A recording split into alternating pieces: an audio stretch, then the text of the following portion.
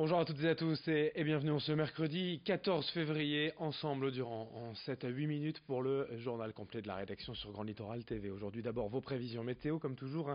Un temps sec et froid de nouveau annoncé en ce mercredi, de nombreuses perturbations tout au long de la journée tout de même, mais pas de précipitations à prévoir. Seules quelques gouttes sont annoncées en toute fin de journée, d'abord sur le littoral puis vers l'intérieur des terres. Les perturbations en question se déplaceront donc d'ouest en est. On aura quand même de belles éclaircies, on l'espère, tout au long de la journée, mais les températures seront plutôt fraîches avec 5 degrés pour les maximales à Saint-Omer et au Touquet, 6 à Calais et à Dunkerque. Les prévisions météo complètes bien sûr après ce journal. À la une en ce mercredi, l'interview politique de Xavier Bertrand. Hier sur le plateau de BFM TV, le président de la région des Hauts-de-France a notamment évoqué sa position concernant l'élection présidentielle en 2022. Mais comme attendu, il a préféré botter en touche en rappelant qu'il se consacrait d'abord à l'heure actuelle à la région.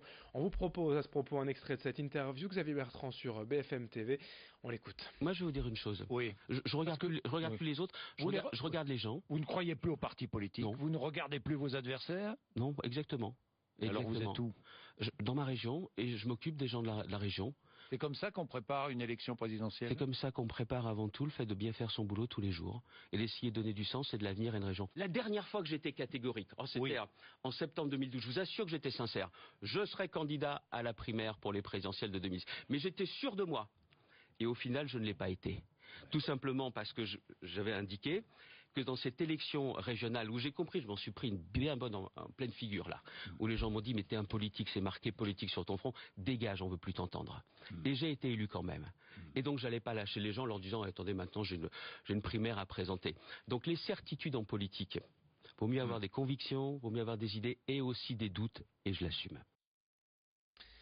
Dunkerque, après les joyeuses 3 jours de festivités, les carnavaleux vont pouvoir respirer quelques jours avant de remettre le cletch dimanche pour la très attendue bande de Malo.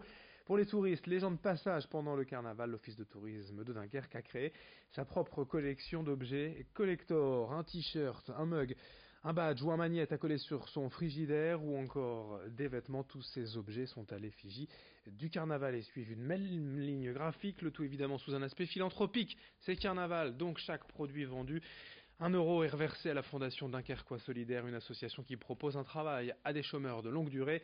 Présentation de la gamme avec la directrice de l'office de tourisme au micro de Louis Caillé.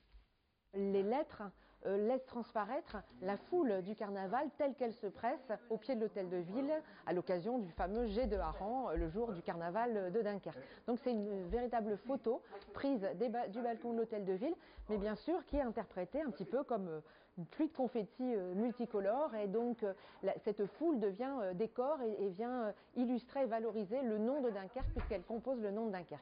Et puis bien sûr le carnaval multicolore. Voilà, cette ligne est sur fond noir exclusivement parce que c'est ce qui met le plus en valeur.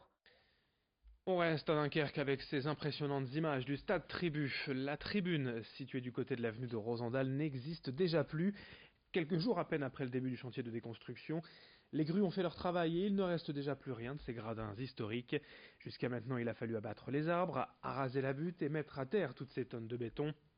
D'ici les prochaines semaines, le chantier de la nouvelle tribune va donc débuter. En face, les tribunes A, B et C, elles resteront pour l'instant debout, elles seront rénovées un peu plus tard. Nous fêtions hier Mardi Gras, c'est donc aujourd'hui le mercredi des cendres, le début du carême pour les chrétiens. Dans les Flandres, les festivités de carnaval se poursuivent, notamment à Hasbrook où les géants seront de sortie pour la mi-carême le 11 mars. Pour le moment, il reste bien au chaud. Tous les 5 exposés au musée des Augustins dans le centre-ville. Toute l'année, les visiteurs peuvent ainsi venir les contempler dans la salle des traditions et des arts populaires de Flandre. C'est la Société des Amis de Tichetache qui est propriétaire de ces 5 géants, s'en occupe à l'année et les sort pour les défilés traditionnels. La présentation avec l'un des responsables, Michel Six, au micro de Joël Warneau. C'est un phénomène quand même relativement rare.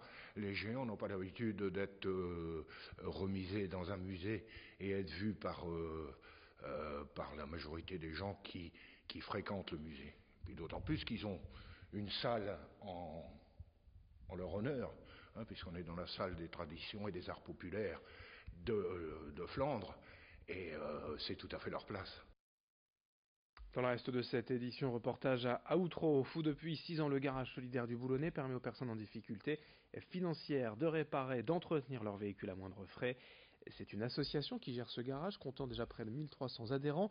Pour profiter de ces services, il faut s'abonner, 10 € à l'année, et surtout justifier d'un faible revenu. Dès lors, les membres bénéficient d'une main-d'œuvre bien moins chère, des pièces à prix coûtant, mais peuvent aussi utiliser les outils ou le pont élévateur pour faire eux-mêmes les réparations. Ici également, plutôt que de mettre votre voiture à la casse, on vous aide à la réparer, à la remettre en état. Il est également possible d'acheter des véhicules jusqu'à 600 ou 1500 € seulement. Explication complémentaire au micro de Louis Caillé. En fait, le but, c'est de sauver aussi des fois une voiture qui n'est plus économiquement réparable, qui va l'être chez nous, parce que s'il y a besoin, on va même aller chercher des pièces d'occasion pour pouvoir remettre en état la voiture. Donc, c'est dire à un bénéficiaire, non, on ne va pas mettre ta voiture à la casse, on va t'aider, et on va remettre la voiture dans la circulation, et puis, voilà, alors que, bien souvent, dans un autre garage, on va dire, c'est fini, la voiture, elle est morte. Et puis pour finir, en ce 14 février, jour de la Saint-Valentin, la fête des amoureux. Aujourd'hui encore en 2018, les fleurs restent une valeur sûre pour celles et ceux qui veulent faire plaisir à leur moitié. C'est la bonne idée quand on ne sait pas quoi offrir plutôt qu'une babiole sans intérêt, un joli bouquet de fleurs. Ça fait toujours son petit effet, même pour 10 ou 20 €, il est possible chez les fleuristes de trouver de très belles choses. Pour les professionnels, donc la Saint-Valentin n'est certes pas la fête la plus importante de l'année, mais cela reste un moment attendu. Entre les commandes à prendre, les préparations à planifier, la fête des amoureux, c'est aussi une belle journée pour les fleuristes. Témoignage à Boulogne, au micro de Louis Caillé. J'ai reçu un SMS pour me rappeler que c'était demain, donc voilà, je prévois... Je prévois une journée à l'avance. Ouais. Alors pourquoi des fleurs? Parce que elle a une préférence pour les fleurs. Certainement, elle n'aime pas trop le chocolat. Je préférais plutôt ce qu'on appelle une plante grasse pour changer un peu des roses traditionnelles. Et puis pour finir un peu de sport, du basket, on jouait hier les 8e de finale de la Coupe de France et nouvelle défaite de l'ESSM face à Nanterre comme ce week-end en championnat de Pro A. Les Portellois n'ont rien pu faire face aux Franciliens, défaite 86-75 et élimination donc de cette Coupe de France pour l'ESSM, le Portel. Dans un instant, la suite du programme sur Grand Littoral TV. Il me reste juste à vous donner les horaires des marées hauts. Aujourd'hui, à Calais, coefficient de 69, marée haute à la mi-journée, 11h54, marée basse ce soir à 19h02. Restez avec nous dans un instant, vos prévisions météo sur Grand Littoral TV.